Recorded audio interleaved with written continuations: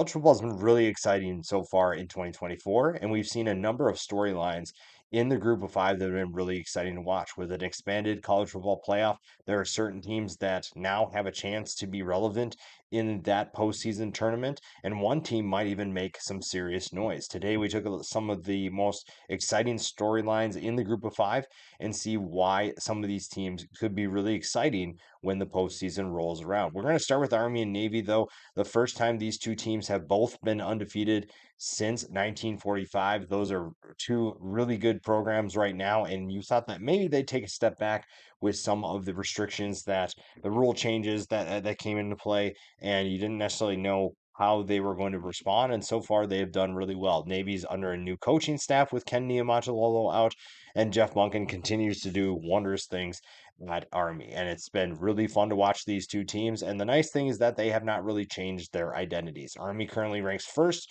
in rushing yards per game, Navy ranks third. They continue to do things the exact same way. They just might look a little bit different offensively. The defenses are a little bit different story. Army is playing a little bit better than Navy as they're giving up under 10 points a game. Our Navy is giving up over 20. So it's a little bit different.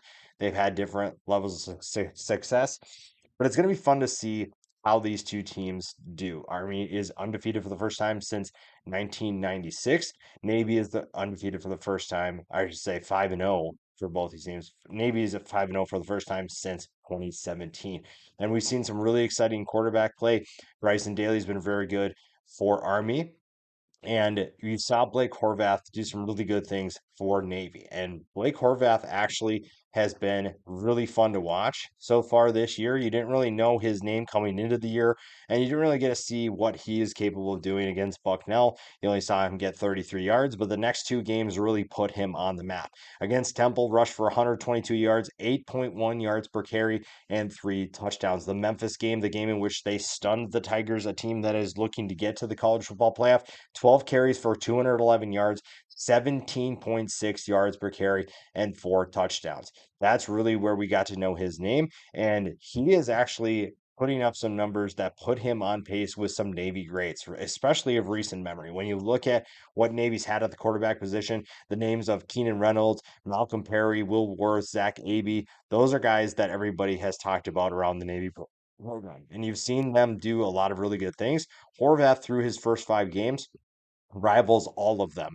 He is definitely in the conversation. Now he's doing a little bit different. He's having a little bit more success through the air than some of these guys did. When you look at what he's done this year, 637 yards and 7 touchdowns passing, 450 yards and 8 touchdowns on the ground. When you combine those stats, though, and put him with those other quarterbacks, he's third in yards, only to Keenan Reynolds in his monster 2013, 2014 seasons.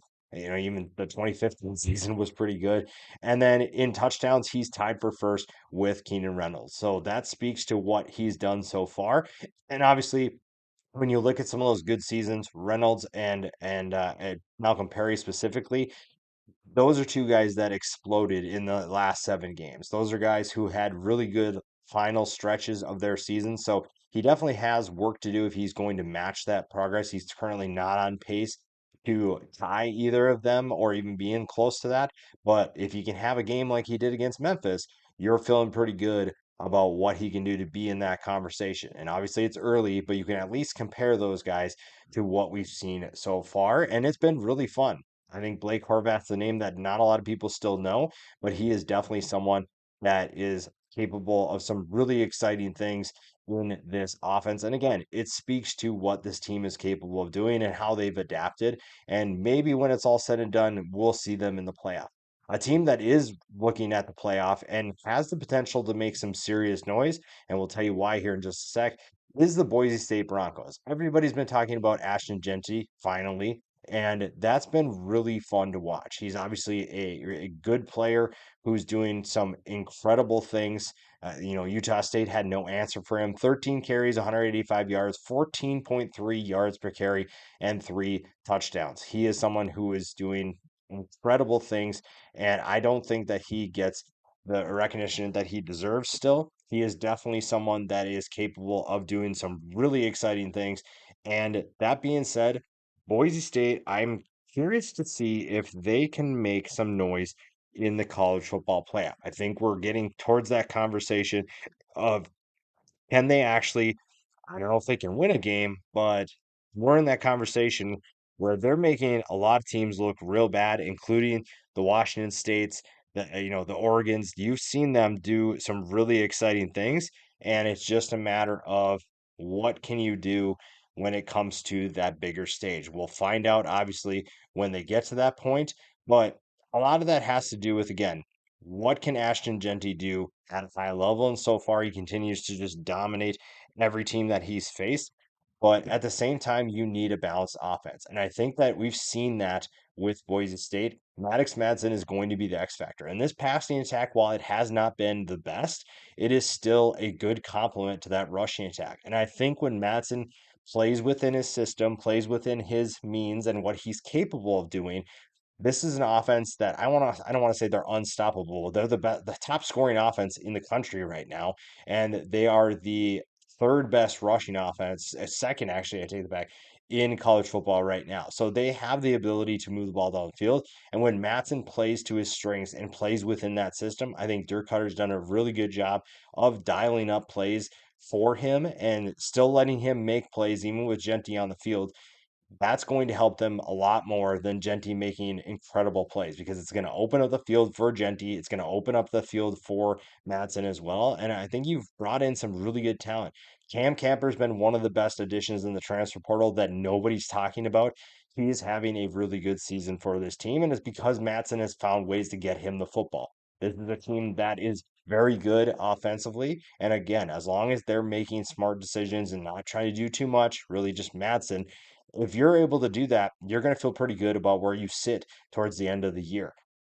Defense is really where you probably have the most concerns. This is a team that's given up 30 points per game. And yes, this offense is scoring at a blistering pace, but we've also seen what happens to teams like this in the past when they rely too much on the offense. The defense has the ability to play really well, they have the ability to make some big time plays. It's just a matter of doing it consistently. And the remaining schedule, while it doesn't provide a ton of difficult challenges, you also have some potential roadblocks that could be interesting. The Hawaii game, while it's 2 weeks away from that monster matchup against UNLV, that could be difficult for multiple reasons. You're with UNLV, it's not the next week, but the UNLV game is the next game. That could be a look ahead game.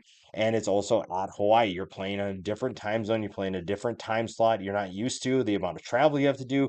Keep an eye on that one. I think Boise State's going to take care of business, but just keep an eye on that one, especially with how crazy college football has been this year. UNLV obviously is the game everybody is pointing to.